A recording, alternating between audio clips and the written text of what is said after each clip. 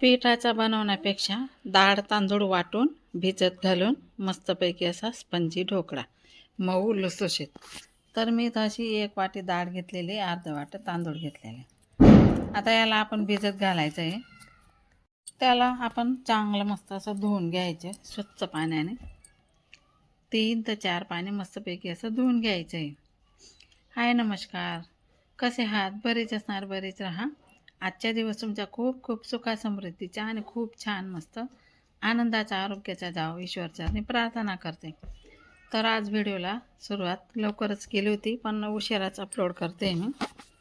आता याला आपण 3 ते 4 पाण्याने स्वच्छ धुवून घ्यायचे, कारण की डाळला किंवा तांदळांना पावडरचं लावलेलं असतं.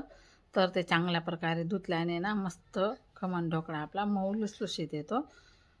तर बघा, आता मस्तपैकी धुवून घेतलेलं आहे मी. आता पाणी टाकून याला भिजत घालणार आहे. याला आपल्याला आहे ना पूर्ण दिवसभर भिजत घालायचं आहे. 7 ते 8 तास असं भिजत घालायचं आहे याला. आधी तर स्वच्छ धुवून घ्यायचे आहे पहिले. परत आपल्याला पाणी टाकायचं आहे ह्याच्यात.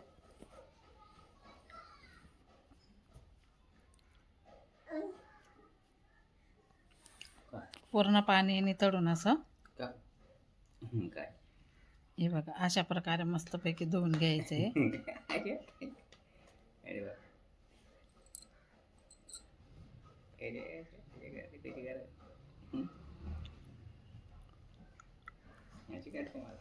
हे बघा मस्तपैकी असं.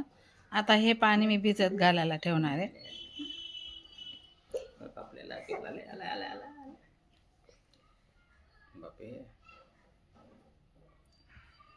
अजून एक पाणी धुवून घेते. जोपर्यंत पाणी असं पांढरं निघतं ना तोपर्यंत धुतच राहायचं आहे. अस्सल पाणी येईल ना तेव्हाच आपल्याला भिजत घालायचं आहे.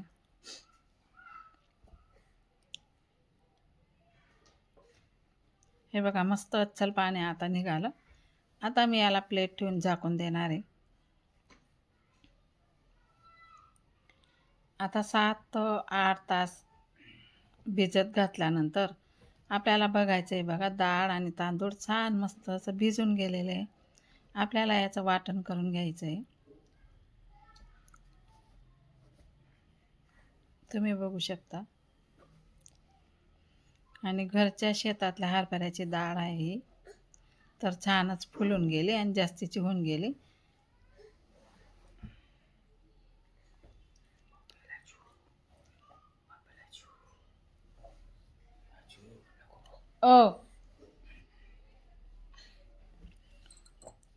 तर आता थोडंसं पाणी टाकून आपल्याला भिजत घालायचं आहे.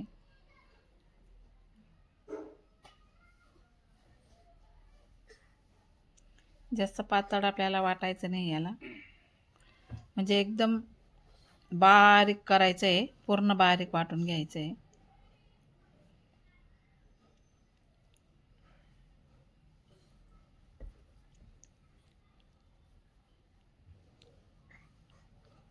हे बघा, इथं मिक्सरला लावून घेतलेलं आहे मी.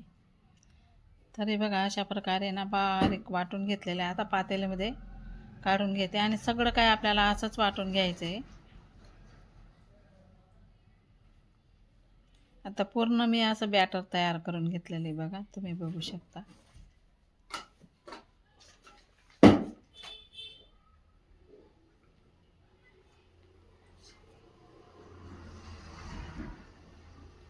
खूप छान आणि खूप मस्त झालेलं आहे. आता आपल्याला जेवढं खमण बनायचे तेवढंच बॅटर साईडला काढायचे. त्याच्यात तेल टाकायचं आहे, थोडं मीठ टाकायचं आहे, थोडं निंबू पावडर आणि 1.5 चम्मच साखर, पाव चम्मच निंबू पावडर आणि पाव चम्मच मीठ टाकलेलं आहे मी इथं, आणि 1.5 चम्मच साखर टाकलेली आहे. याला छान मस्त असं मिक्स करून घ्यायचं आहे.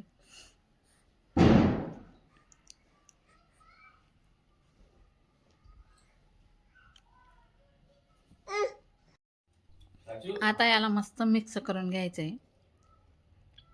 थोडीशी हळद टाकून घेतलेली आहे मी. हळद नसेल तर थोडासा आपण पानपुरीच्या बटाट्यांना वापरतो ना तो कलर टाकला तरी चालेल.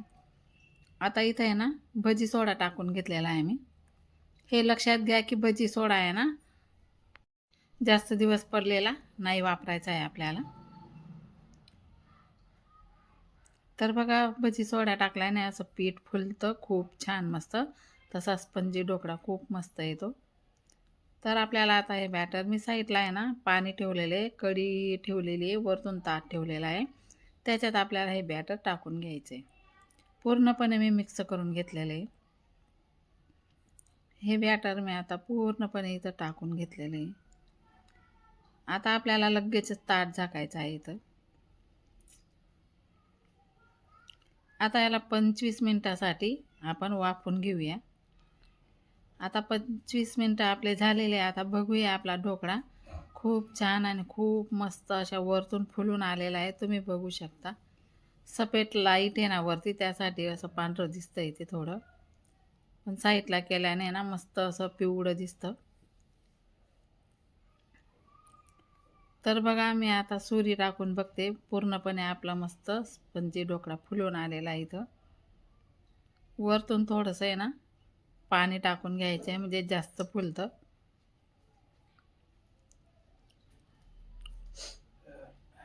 आता गार झाल्यावर आपण याला कापून घ्यायचं आहे.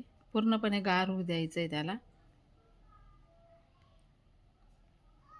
बघा तुम्ही किती फुलून आलेलं आहे. खूपच असं स्पंजी झालेलं आहे ते. पूर्ण स्पंजी झालेलं आहे आणि घशामध्ये पण अटकत नाही.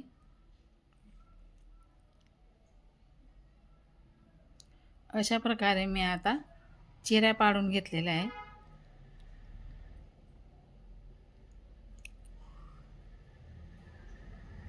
तुम्हाला दाखवते किती फुललेलं आहे ते. हे बघा तुम्ही बघू शकता. खूपच असं स्पंजी मस्त पूर्ण असं स्पंजी आलेलं आहे बघा. दाबल्यावर किती दाबलं जातं हे.